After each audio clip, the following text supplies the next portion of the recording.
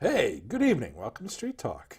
I'm here on a special show today, and I got two wonderful guests, and we're going to talk about one of the most important things that we can in our society right now, and that's our right to vote and also our right to have free and fair elections. I have two people in here. I have my good friend Tina Manus, troublemaker from Stratford, knows how to mix it up with everybody over there. Who's a volunteer coordinator with Wolfpack, and I also have Paul Rubin, who is the mastermind behind all this stuff, and he's working to hopefully this session get past a resolution to make a constitutional amendment. So, thank you. Nice to meet you. Thank Good you. to see you. So, you know, I look at this, and I think we need to start off with, I guess, some definitions of things that happen. And I know one of the big things that bothers me in life is Citizens United. And it bothers a lot of people because I think it labeled corporations as people. And corporations aren't people in my book. The three people standing here and the people out in that booth out there, they're people. And to say that a corporation has the exact same rights or freedom of speech or other things along those lines is not exactly true. So what did Citizens United do to our elections when it passed the Supreme Court? I guess if you want to lead off of that. Right, yeah, so Citizens United was a Supreme Court decision that passed on party lines in 2010. And basically it said that, as you mentioned, it articulated corporate personhood. So it said that corporations and other, actually nonprofit entities as well, like unions, should have all the rights that people do. And that includes the right to free speech and the right to contribute essentially as much money as they want to political campaigns. So, and indirectly so. So, but it wasn't the first blow to our election systems. There was a previous Supreme Court case called Buckley versus Vallejo, and that actually passed in 1976. So after the Nixon administration, there was the Federal Election Commission was set up to regulate campaign expenditures and contributions. And in 1976, there was a Supreme Court case called Buckley versus Vallejo that equated monetary expenditures to political campaigns with free speech. And that opened the door for a lot of the inequities in our political system that have become even worse with Citizens United.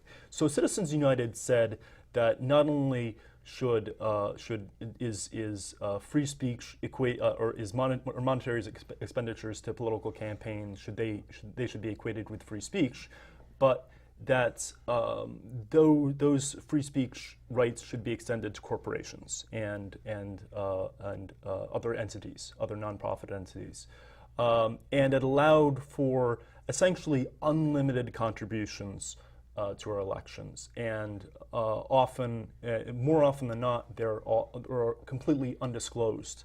So there's a lot of people have heard of super PACs. Mm-hmm. So those originated after Citizens United. Before that, corporations weren't allowed to. They had limits on how much they could spend to political campaigns, and those were struck down in Citizens United. Allowed for super PACs and dark money to enter the political arena, and have really done serious damage to our democracy. Furthermore, there was another Supreme Court case. Let's work on one at a time. No here. problem. And here's the issue that I got with corporations being labeled out as people. Mm-hmm. Number one, I'm one citizen. I'm one vote. Okay? I own stock. I have, my own portfolio of things for my retirement fund. I might own one stock in one company, Yep. but that doesn't mean that I have an equal representation, because it's based upon the people who have the most representation, which sit on the board of directors or manage to leverage themselves onto the board of directors. So, I mean, literally, corporations and some corporations out there, and I'm going to equate this exactly back to where it originates, are like oligarchies. Yep. So the people at the top are sitting there and they're making the decisions. And even though I'm one person who owns one share or 100 shares or 1,000 shares, my voice doesn't count.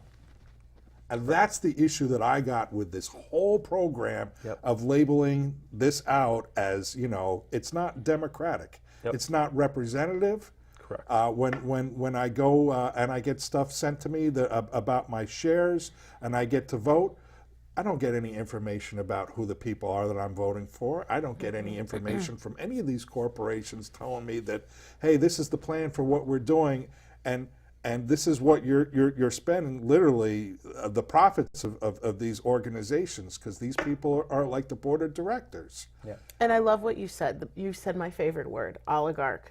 Yep. And it really is an oligarchy. And the oligarchs have corrupted our system of government and also our culture.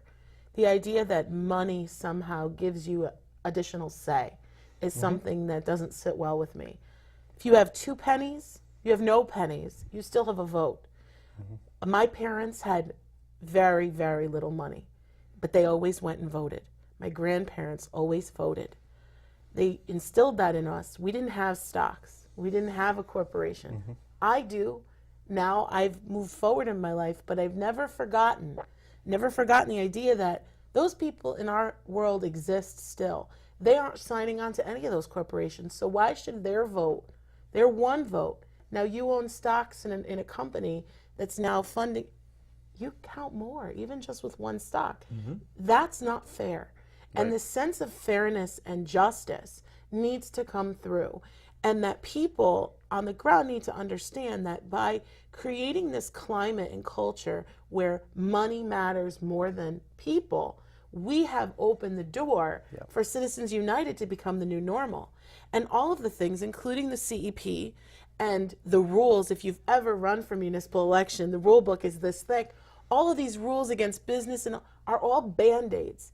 They're all Band-Aids trying to fix the problem, which goes back to what Paul was talking about in 1976 and Citizens United. And we continue to see this issue with dark money.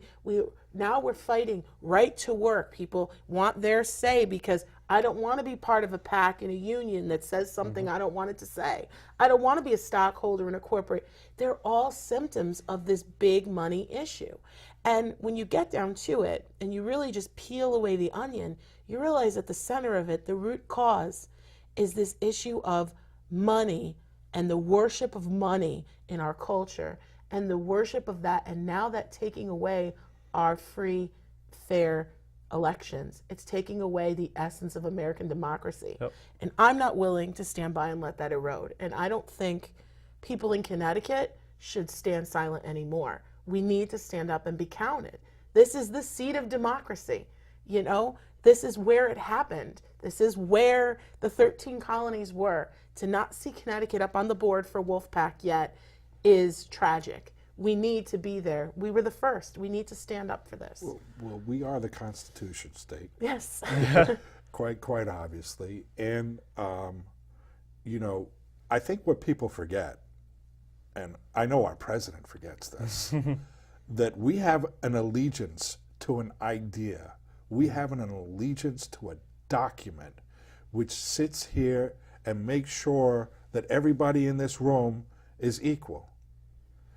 That's what counts. It's not an allegiance to a person.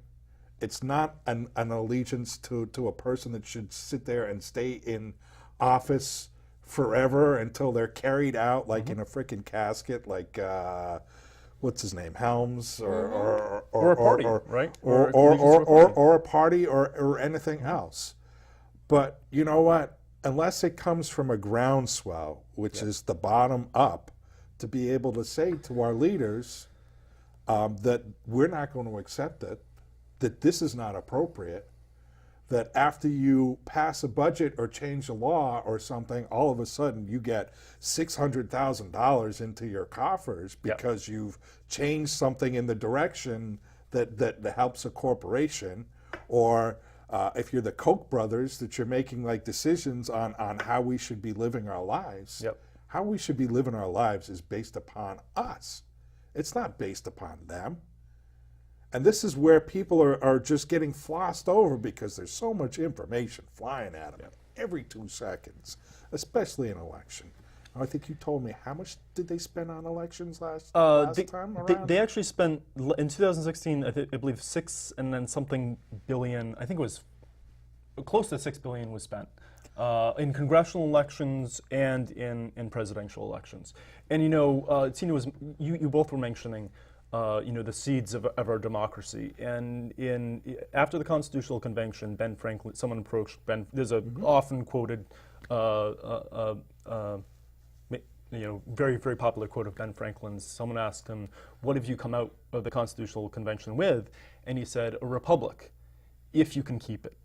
And we see our democratic institutions being eroded. And it's not just because of Trump or just because of you know, the last election, or it's been happening over a generation now. And you know, as Tina said, and as you said, you know, it has to come from the grassroots. People have to stand up and say this is not acceptable. That our politicians are being bought by international conglomerates, by institutions that don't have the people's interests at heart. And you know, you can actually see it in there was a study that was done by Princeton in 2014, and if you wouldn't mind, I'll just show a graph of, I don't know if you can see this, but, so this was done in 2014 by Princeton. We have Anna right here. And I wish. you'll see that in an ideal democracy, if a bill had, you know, 30% support, then there was a certain 30% likelihood that it would actually be passed. If there were a 90% support among the public, then there would be a 90% likelihood that it would pass. But that's not what we have in our electoral system and in our system of policy today. For 90% of Americans, what was shown in the study is that the preferences, and this is a quote, the preferences of average Americans appear to have only a minuscule, near zero, statistically non-significant impact on public policy. And this is done over 20 years of research of looking at public policy and voting records. But there's another constituency, and that's elite representation. That's the representation for large corporations, for billionaires, and that line tends to trend much more along with what would be considered ideal representation. If corporate lobbyists want something passed, there's it's much more likely to get passed than not. And you'll see this in the tax bill, Trump's tax bill recently, that gave 83% of contributions of benefits to the top, I think it was top 1%. It might have been a little bit more than that, but still, corporate personhood is ruling. Corporate lobbyists are ruling our government right now. And Well, let's look at reality. yeah. You know what? God bless. I love that I don't live that far away from Hartford. Yep. I certainly go up and I lobby things and I talk to people and everything else. And I know that I have a say in what happens in our state government, or at least I'll have an opportunity to have a say, or I can go to a public hearing. Yep. I can't do that in a federal government because it means me going down to Washington, and I don't live outside of Washington, and I can take 10 minutes to go over there. Yep. And then you have all these people who are lobbyists who are there all the time. They're like, I mean, I go up and see like a lot of lobbyists, and I've gotten to know like a bunch of them like over time. Up at the Capitol, they're there all the time. Yep. They're there. They're forming relationships. They're talking to these people. They're saying, "I can give you this money for this." A lot of times, these people are lobbyists are lawyers, and they're actually the people that are writing the legislation, not your legislator. Right. You have lobbyists who are writing the legislation, and they write them to what their needs are. And that's an issue. And I would say not all lobbyists are bad either. Well, there's different kinds of lobby. There's white hat, and then there's black hat. Right. So I've worked with the Civil Rights and Humanities, the Conference on Civil Rights and Humanities in the federal government. They fought for better education, special education. They continue to fight for civil equity and access. I've met a lobbyist who was a former senator, right, who was friends with many of the supporters of our bill. There are lobbyists at the state level as well. And we can't forget that even though we can't visit Washington, D.C., these lobbyists still exist, and the corporate lobby is there. One of the biggest hot-button issues for this short session, which in the even years is a short session that things have to come up through committee only, if the public doesn't know, is that there is a strong corporate lobby against paid family medical leave. Right. And paid family medical leave right now is an issue that tons of my resistors in the sisterhood right now in the resistorhood are calling for paid family medical leave. In all of the Action Together, Fairfield Standing United, all the progressive groups that are out there, and just as even established DTCs are clamoring for this paid family medical leave. Phone banking, canvassing, walking around doing many of the same things we're doing with Wolfpack. Can't get it through.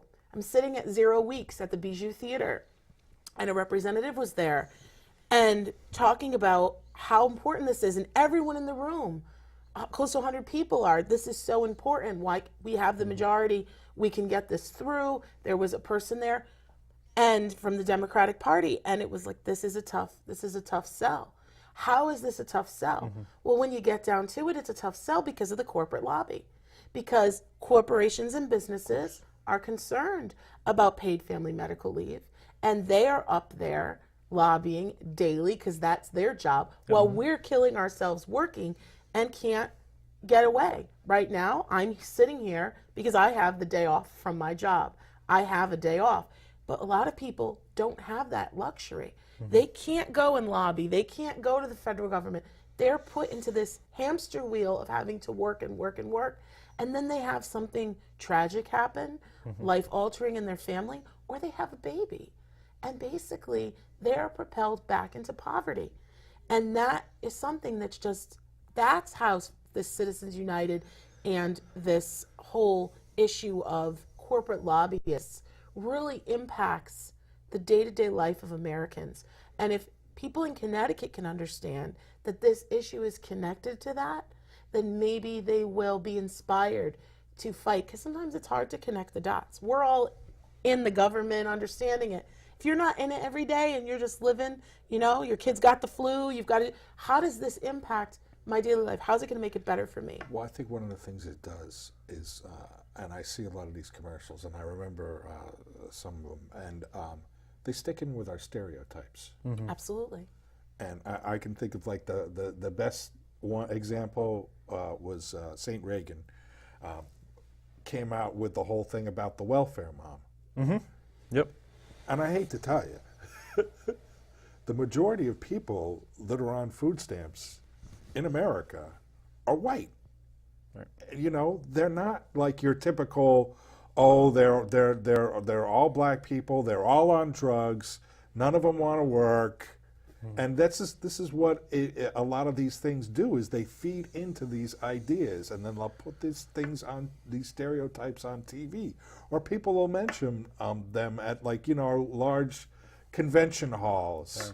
And not to digress, but the largest amount of our federal funding and income tax that Connecticut pays, the lion's share, is rerouted and redistributed to red states in the South. right. So when you want to talk about welfare, Right. we are supporting education systems in southern states that refuse to properly fund social programming and education and lift people, primarily minorities, out of poverty. They are insisting upon putting it on the backs of Connecticut residents. So when we pay our federal income tax, that money is not coming back to Connecticut. That money is going to Mississippi and Alabama to do what their governments won't do for their people. And that, again, it feeds in, and not to digress, but these are the things and these are the truths that most people, unless you're involved in this, don't really see. And when I see where all the corporations go, when I was a little girl and American Fabrics closed and my dad lost his job and my family blamed unions, that's not what it was. It wasn't unions that closed it. It was greed. It was corporations that wanted to make money and move south. And they have moved south, and they continue to keep people in poverty and on food stamps. Or move internationally as well. Yeah. Outsourcing to international companies. I just want to mention two things. You mentioned the difference between a state government, state general assemblies, and Congress. And there is a difference. Our state governments are more responsive to political pressure from their constituents. But CP, which is if nobody knows what CP is, it's Citizens Election Program. Exactly. It's Connecticut's Citizens Election Program, which is a public financing for state-held offices. And it is considered the gold standard in America for public financing. And it's done a tremendous amount to increase access for constituents, but also it allows legislators to not be telemarketers, basically. So you're required. It's a voluntary program. I'll just say that. But it's not only is it extremely popular with the public in Connecticut. I think it has like over 80% support, but it also a significant majority of candidates also use CEP funding. So instead of taking giant contributions from corporations or from unions or from wherever else, you ask your constituents to send small dollar donations, $5. It used to be up to $100, but now they've actually raised the limit to $250 to contribute to your campaign, and then the state will match up to a certain amount for public expenditures, and it really allows candidates who want to be representing their constituents instead of their largest donors or the most profitable corporations in their district. What it took out is obviously back when Johnny Rowland was in office, and he would get donations, and he put state contractors to work on his house, which is what he went to jail for. Right. And they developed this afterwards. Jody Rell actually came out for it, which is a Republican. And it was to battle what we used to be called. We used to be called Corrupticate. Yep. And it was because essentially the central parties had a lot of control, like they used to have control over in the federal government. Yep.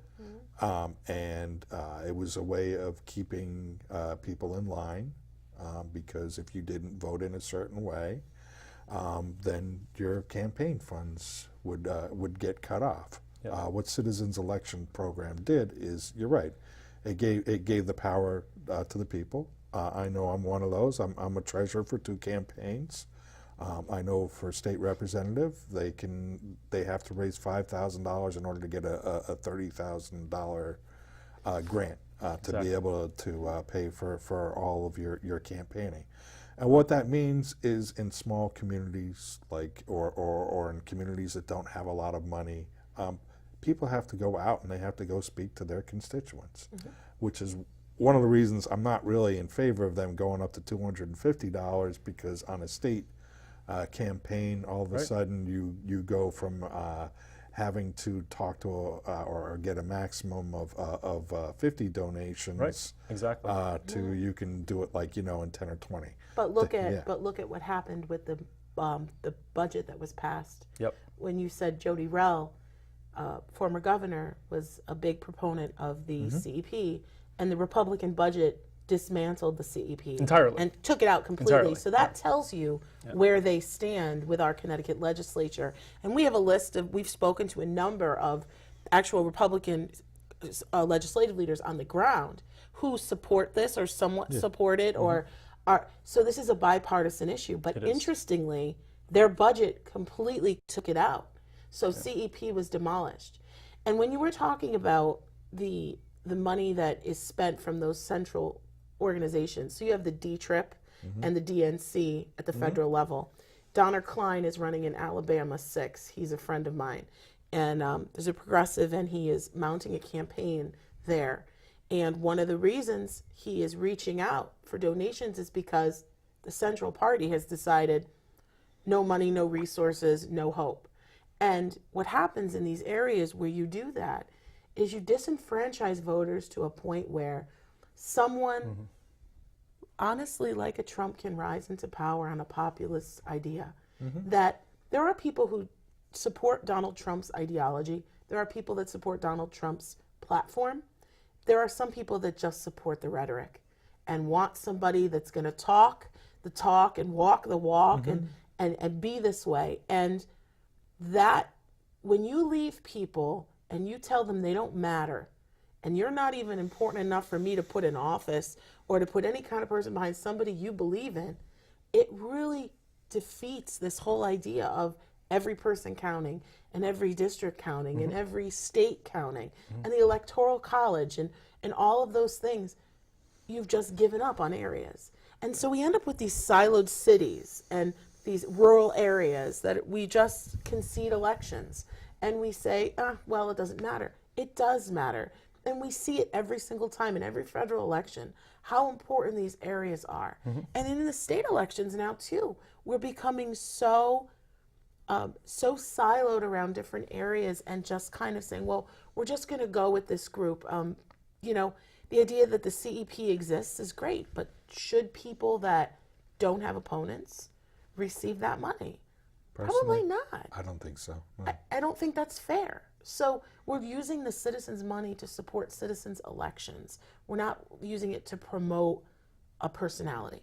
So I think that there's issues with everything, but at the same time, the Republican legislature voted to dismantle that and program. There was one other provision recently for the CEP that was really critical. I went to a informational seminar on CEP with the Government Administrations and Elections Committee last Friday, and the SEEC, the organization that oversees the CEP, really had some serious concerns. One of them was the 1-year limit on investigations into the infractions of these campaign finance laws. So what that allowed you to do is, if you were supposedly had infractions and you had a good set of lawyers, you could postpone some of these cases past the 1-year limit, and you could skate away, scot-free. Without any investigation. Well, and there would be an investigation, but there wouldn't be any repercussions for violating any of those campaign finance laws. And if you can't hold people accountable for violating campaign finance law, it's going to be very difficult to actually enforce it. Well, I know as a treasurer, I got to keep all my documents and everything else that I take in for 4 years. Investigations should be at least as long as, like, you have to be able to keep your documents involved in that.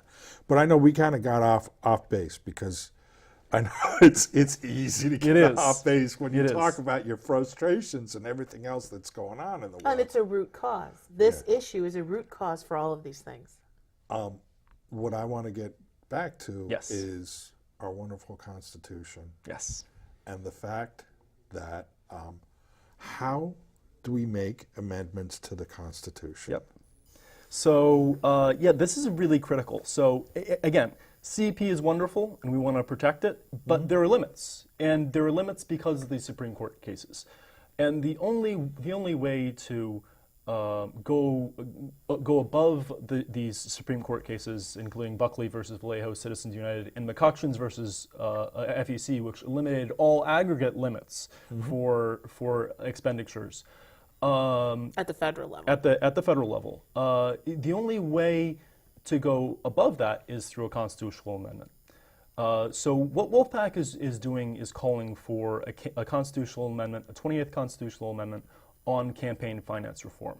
Now, there are two ways to propose a constitutional amendment, and this is very specifically shown in Article 5 of our Constitution, which is on the amendment process. So either you go through Congress, you get 2/3 of both houses to approve a piece of legislation, pass a piece of legislation, or you can. There's the alternative route is through the states. Now, we believe that a constitutional amendment is the only thing that's strong enough to actually mandate the change that we need on campaign finance law, and because Congress is the source of a lot of this corruption, and you can see it in again, a lot of the legislation that was passed this year or in previous years that benefits corporations or the donors of certain legislators. We don't expect Congress and even a Democratic supermajority necessarily to propose campaign finance law that would hurt their own prospects for being reelected. Incumbents are much more likely right now to be reelected because of these campaign finance laws, and we wouldn't expect a Congress that is on a bipartisan basis dependent upon super PACs and billionaires and whatever else, upon the industries that they represent, to be proposing legislation on their own. So the other option is to get 2/3 of states to call for an Article 5 convention on a specific topic, and we would call an Article 5 convention to propose legislation, an amendment on campaign finance reform, and then it would go to Congress to set the rules as far as how it would be ratified. And then 3/4 of the states, or 38 states, would be required to ratify that proposal. And that's true. And the important thing to remember about this is just a proposal process. So whether you go through Congress or you go through the states, you still need the same 38 states to ratify whatever you would propose. So take, for example, I know and I heard that this is something that still is around for the past 30 years. Once Congress puts together and comes up with an amendment, it has to go before and be passed by 38 state legislators? Yep. Equal Rights Amendment. Exactly. Has been around for 30 plus years. Exactly. How many states does it stand at? Well, so actually, I believe there was a 7-year. I believe there was a 7-year limit on the ERA. The ERA nearly passed. I think they got to 34 or 36 states. I'm not sure exactly about the number, but there was a time limit that was placed on the ratification of ERA, and they missed it. It passed. The deadline passed, and the ERA was dead, and it hasn't really been. So even if something is passed, it still has to be. It still isn't at that constitutional convention level. It's just decided what's in it at that constitutional. I should mention this is a little bit of a diction correction, but we don't use the term constitutional convention, and the reason for that is there's only been one constitutional convention. That was in 1787, I think, or 1783. I think it was, and it was ratified. The Constitution was ratified in 1787. What we're calling for is an Article 5 convention, and it's specified in Article 5. We're not trying to rewrite the Constitution, Right. And that's an important distinction. There's a lot of people who were fear-mongering about the process of Article 5. And there's been a lot of research. Although we've never actually held an Article 5 convention, there's been a lot of research done about Article 5. And it all says that a convention could be held on limited to one subject, on one specific issue, and that those limitations could be enforced through the courts, through Congress, through the states, and through the convention delegates themselves. And if anyone is curious, there are multiple reports, but this is there was a 1987 Department of Justice report that went through a lot of this and discussed the enforcements themselves. But I just want to mention that because a lot of people get confused about. Well, I mean, I look at it this way: the framers of the Constitution put this in there, because if I'm not correct, but wasn't there like something that they needed to address after they had written the Constitution, and they said, well, what's the process for if we have to change this? Mm-hmm. I believe it was Thomas Jefferson that wrote in Article 5. Right. So I think it was George Mason who first discussed the necessity for a convention process. Mm-hmm. Originally, I should mention this as well, the convention process was actually the only process for amending the Constitution. In the first draft, it was the only process. Then they added the process for Congress, and they eliminated the convention process. And then James Madison, George Mason, Alexander Hamilton were some of the strongest voices for the necessity for a convention process. They understood that at some point in the future, it would be possible for our government to become corrupted by the influence of either parties or monetary expenditures or whatever else.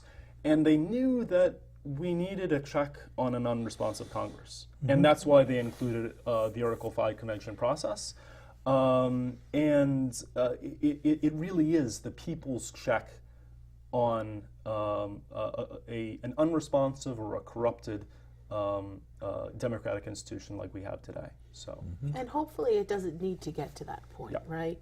So one of the things that was spoken at when we did the presentation for legislators and guests that wanted to come up at the Capitol 2 weeks ago was the idea that putting states on the map that have legislators that stand behind this basically puts pressure onto the federal government and the Congress and says, you represent us, don't you? And it comes down to a conscience issue, right?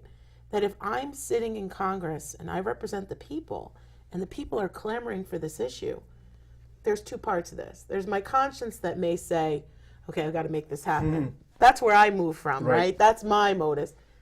And then there are other people sitting there that say, I need to get reelected. I better do this. My people are asking for this. So whatever part, if you're coming from the ego or if you're coming from the morality, the statesman, the moral center, wherever you're coming at, there will be the pressure on the Congress to do something about it.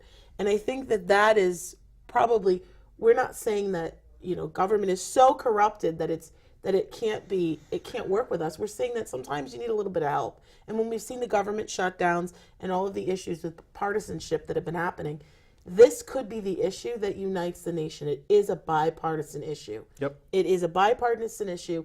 It is the issue that could unite us and say, we want one vote to count for one person. We want to matter, and we don't want money in the way. And that would really send a message not just to government, but to culture in general. What do we value? Connecticut is one of the wealthiest states. Yeah. Right now, it looks like we support money over people. And I don't think that's really where most people are at.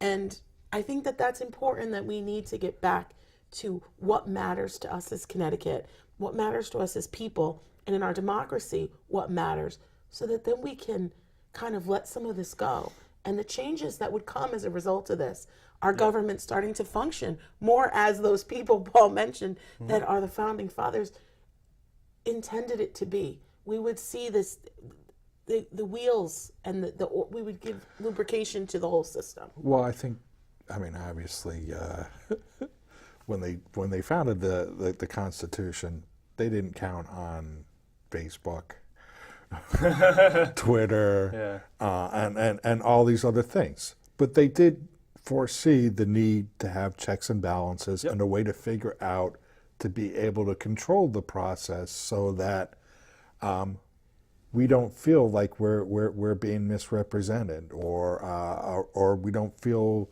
like having a foreign government being influential over who we vote for. Well, and fake news is an issue, Right. right? And rhetoric and persuasion is an issue. And it all boils down to education, right? And whether we've educated people to understand what credible sources are. I work as a teacher and I work really hard. There's been a real focus on that in education, at least where I work, in the last, I'd say even 2-3 years, to really focus on getting students to understand this, to create an educated electorate, right? And that's one piece of it. But we have to protect people and actually inform them. So when we knock door to door, Paul in the snow, we're educating people at those doors. We're talking to them, not just saying, call your legislator, this is important, but here's the process. I've made connections with some of these people that I've met, that I've phone banked with, that I communicate with regularly, and just keep them informed of what's going on. Yeah. That's what people really need right now, is to be informed. They can make their own decisions. We're all adults, right? But at the end of the day, someone needs to be the information arm, and a credible information arm. And everything out there can't be fake news. You have to be able to wind through it. So Facebook and Twitter are not going away. But how do we get through it? I'll just add on two points. One is to your previous mention of one is that this issue is broadly bipartisan. It's one of the only issues that has over 90% of American support. Americans understand that money corrupts politics, and they want something to be done about it. But they also feel as if they've lost their voice, and they don't know how to make the change that they need. And so that's where Wolfpack comes in. And not also, I think Congress right now has something like a 10% approval rating, and it's because of all this horrible legislation that they produce, and it hasn't just happened overnight. And in reference to your point about getting away from a monarchy type of rule when we're founding our Constitution, that's exactly what we're trying to get away from, non-representation, and it's come back to bite us. The other point I'll make is in reference to this, an Article 5 convention not necessarily being the be-all and end-all. And that we see in historical precedent. So I don't know if anyone's heard about the 17th Amendment, but it was passed in 1913. It was ratified by our states in 1913. And it called for the direct election of senators, U.S. senators. So before 1913, it was done by the House. Exactly. So our state legislators elected our U.S. senators. They appointed our U.S. senators.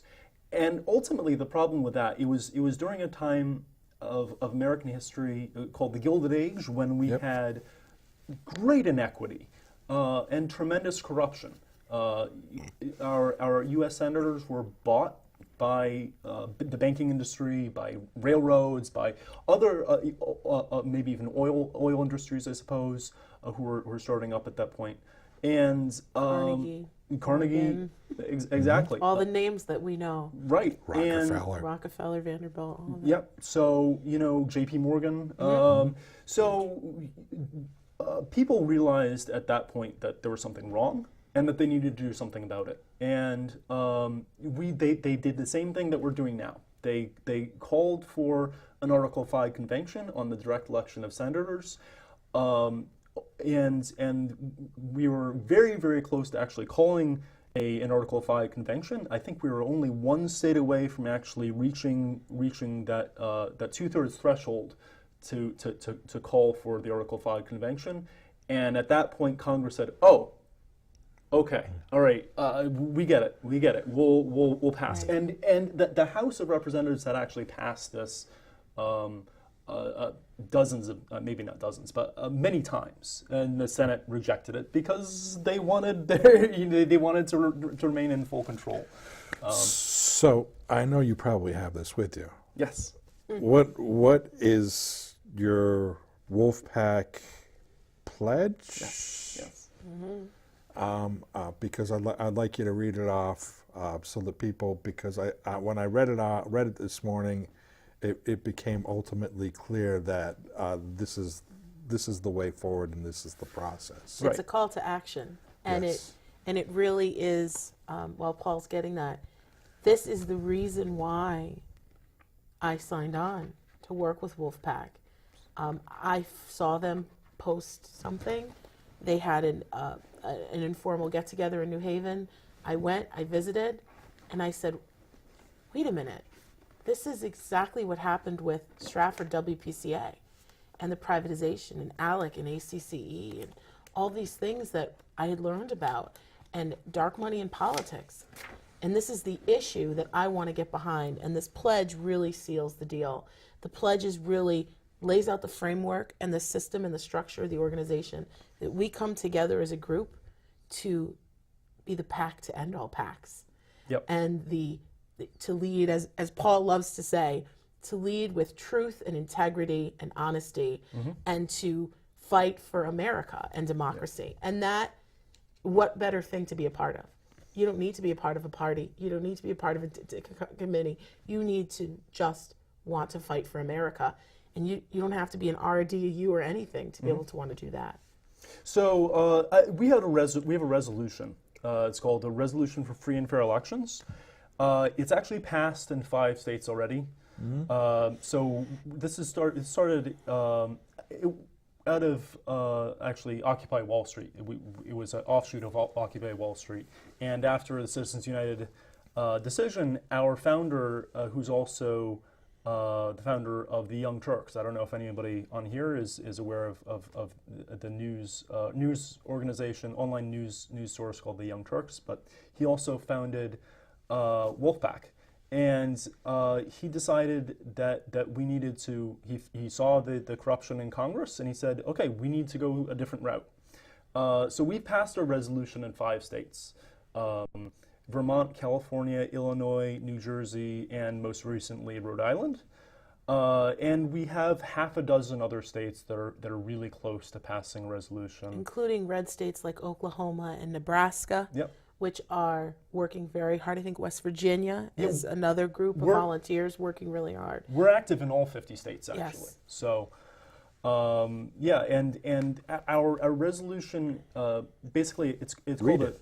Oh, it's too long to. It's too long to. Read it or I'll read it. I Okay. don't care, one way or the other. All right. So, whereas the framers of the Constitution of the United States of America intended that the Congress of the United States of America should be, quote, dependent upon the people alone, it's from James Madison, Federalist 52. And whereas that dependency has evolved from a dependency on the people alone to a dependency on powerful special interests through campaigns or third-party groups, that has created a fundamental imbalance in a representative democracy. And whereas Americans across the political spectrum agree that elections in the United States of America should be free from the disproportional influence of special interests and fair enough that any citizen can be elected into office. And whereas the Constitution of the State of Connecticut states that all political power is inherent in the people and all free governments are founded upon their authority and instituted for their benefit, and that people have the undeniable right to reform their government when necessary, Article 1, Section 2. Whereas Article 5 of the United States Constitution requires Congress to call a convention proposing amendments to the federal Constitution on the application of 2/3 of the legislatures of several states. It goes on and on, but there are a couple of important points I'll mention. One is that this is a daisy, what's called a daisy chain. So this resolution is almost identical to all five of the other resolutions that have passed, and it creates a distinguished line from one to the next. So it's clear that all of these resolutions will be counted together. One of the claims that detractors make about Article 5, this Article 5 resolution process, is that if it were possible, some special interests would want to hold a convention on an unlimited number of issues. And so what we're doing here is making sure that through this daisy chain process, through making sure that all these resolutions are exactly the same, that wouldn't happen. That nobody would be able to propose something off topic.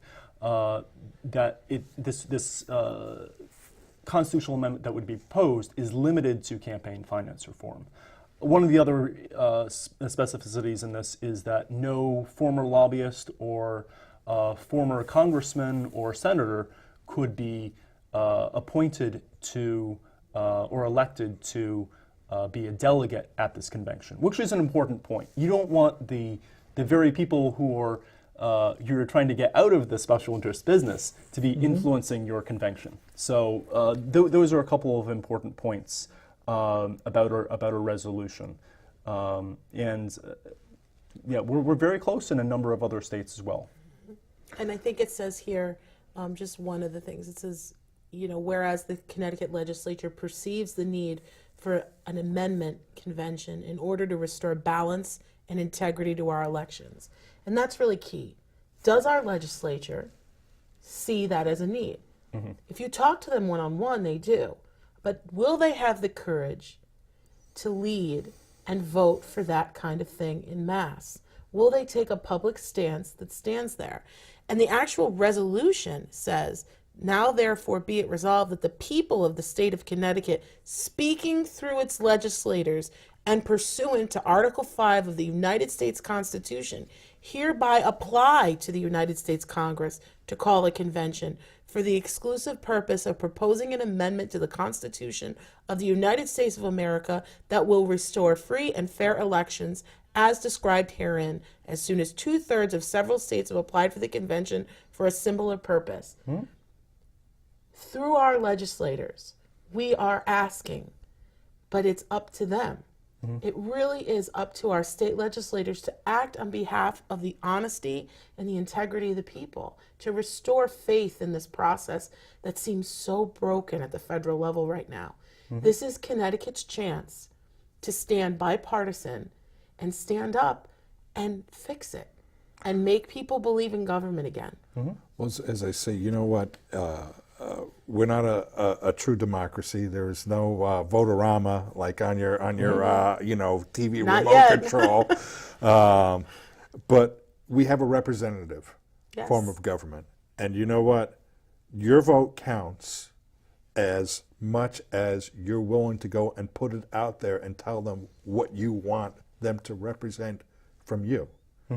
And if this, and I hope it gets pulled up and passed this session, but if in the foreseeable session it doesn't, then this is what you need to ask your representatives that you're going to be asking you for your vote in November. Is you need to say, well, are you about free and fair elections? Right. Are you willing to go out and do this? Are you willing to be a part of this? And next time around, anybody can put this up. It doesn't have to come through committee. That's true. Right. And the framework is already out there. Yes. And so people going out and asking their legislators now, and also in the future, if this needs that next level, is going to be critical. And this is what your vote is really all about. Yep. And I know I'm coming to the end, and now 55 minutes doesn't cover long enough for all the different parts. We'll come back. I am going to have you guys back. But, like I said, the most important thing is that people get out there and they educate themselves and they go out and they vote, and they tell their representatives what they want. In management, I've always walked around with the belief that unless you tell people how you want to be treated, Absolutely. they will treat you any which way that they think. Yep. Because you're not telling them what you want. And to know that this is in committee, that it's in the government administration, elections and administration committee, Yep. that Representative Dan Fox is the chairman of that, and that his co-chair is Senator May Flexer, who gave that wonderful presentation last week. Yep. They determined the agenda. They must raise this. So we could have all the support from the entire legislature, but if it does not make it on the agenda, then it doesn't get raised in committee. So And we only have until February 23rd. February 23rd, and the courage with which a legislator has to put all of these, any agenda item, whether it's national popular vote, paid family leave, whatever it is, for them to have the courage to put this up in the short session and to put it out there and to stand behind it. It's not just something to clamor about and then when they do it, forget. It's something to remember in November and to also celebrate. Like, I hope we're on here celebrating that someone had courage to bring this forward. And that really is the key here, is to build that momentum and to get legislators to hear what the people are asking for. That's all we want to do. I'll just make one final point. And I think we've made it before, but this issue is something that connects to all others.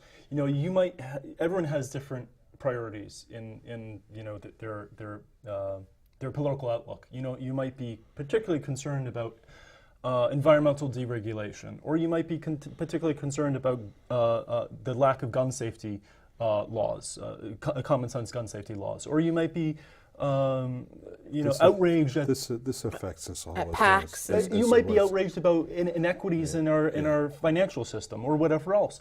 But the important thing to remember is all these issues have at the root cause of all these problems is money in politics, and our politicians being bought by special interests. And I hate to cut you guys off. I know we ran over on time, so we're going to go ahead and run the street, and we'll see you next time around. Thank you, Don. Thank you.